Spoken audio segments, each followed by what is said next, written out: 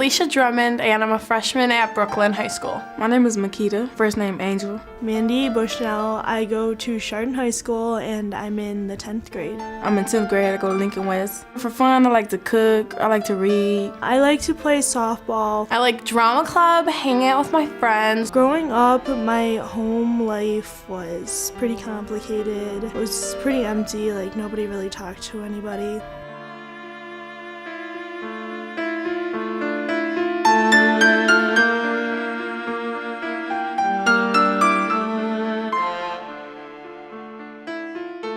Two days after my birthday, I lost my mom. A week later, I lost my dad to drugs and to alcohol, and he didn't care, he wasn't there. He was drinking and smoking pot, and he got really abusive, and he was letting his friends get abusive, and there were prostitutes in the house, and it was just chaos. I resorted to cutting myself, and I became a very angry person. I was seriously afraid of her. I was left at a young age to raise my little sister, who is down the wrong path, who cares about boys and getting drunk. She comes outside screaming and cussing and cussing at my teachers. I was failing. I didn't care anymore.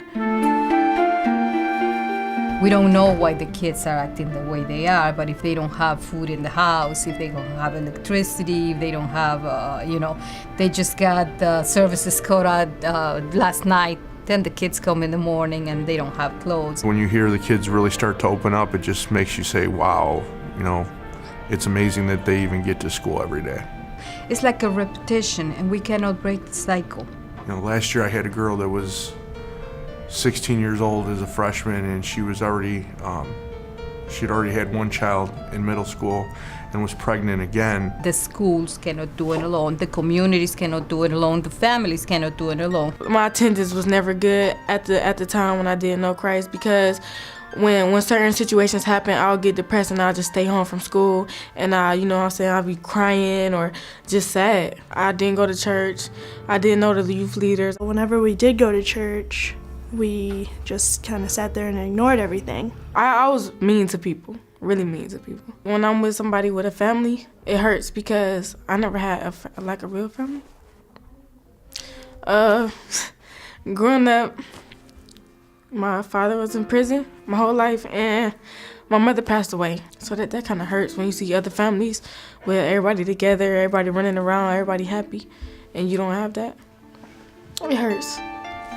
The neighborhood where East Tech currently sits in, we have about a 96 to 98% single-parent household. We have almost 100% of our students are below the poverty level or at poverty level.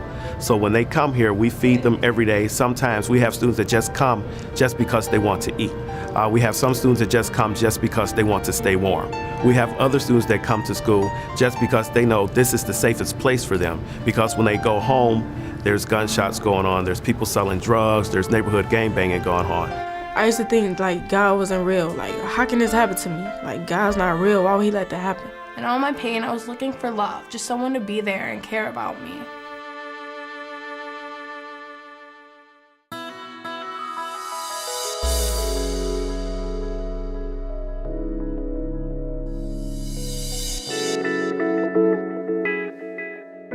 And I remember one day when I was throwing coins at kids with special needs, and Joanne came across me and she's like, "You want to come to club?" I met Johnny, which is the main leader. I met him in school.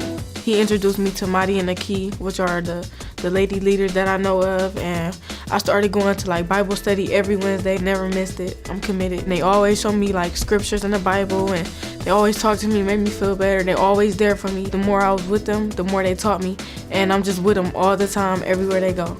They mean so much to me. I don't know what I'd do without them. What City Life and Lighthouse has done for us is they have created a tutoring program here at East Tech. We've seen some of our students that actually increase 3 whole grades as far as their reading, comprehension, and vocabulary skills. I want to thank the principals and everybody for letting that happen. Without them, he wouldn't be allowed in the school. I would never met him. When I met Joanne, she was there for me when I needed someone to talk to, and it was her love that brought me to Jesus. I remember my first campus life meeting. It was complete chaos.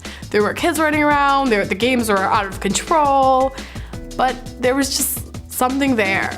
And I think it was the love and the care that kept me coming back. It was the fact that I wasn't judged there. I wasn't Alicia, the obnoxious bad kid. I was Alicia Drummond, a person. April 18th at Emmanuel, I accepted Jesus. It changed me forever.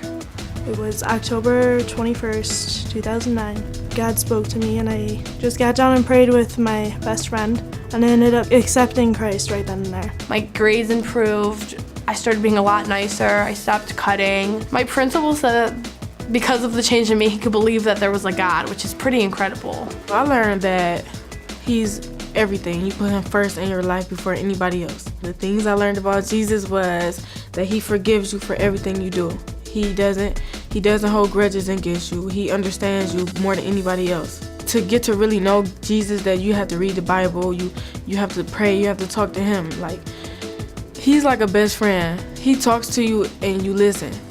But if you really don't try to listen, you won't hear him. He's just everything. Like, he sacrificed his life for us. Like, he's just that loving.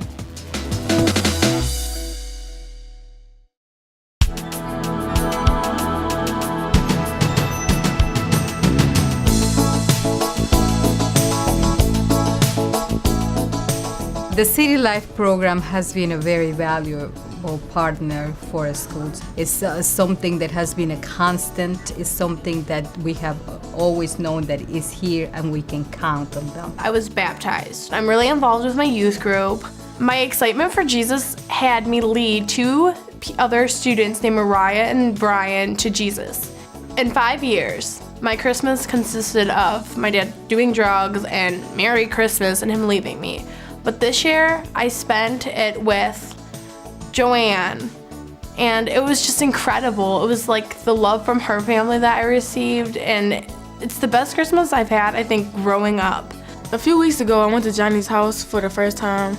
He has a wonderful family. Like, I felt at home. I felt like I was a part of their family, and I know it's hard for them to make sacrifices for their husbands and, wives, because they have a family too, and they spend much time with us. So I want to thank all the wives. Youth for Christ has led me into my new church home. The day that I got baptized, my pastor took me out to get a brand new Bible, and I love it. She's changed so much. She doesn't cuss at people anymore. She doesn't hit teachers. She doesn't hit little kids. She doesn't terrify me. We've actually grown to become best friends, if anything. And she's very, very sweet. She is very loud. She is very loud, and she is still crazy, but it's Jesus crazy, so it's good.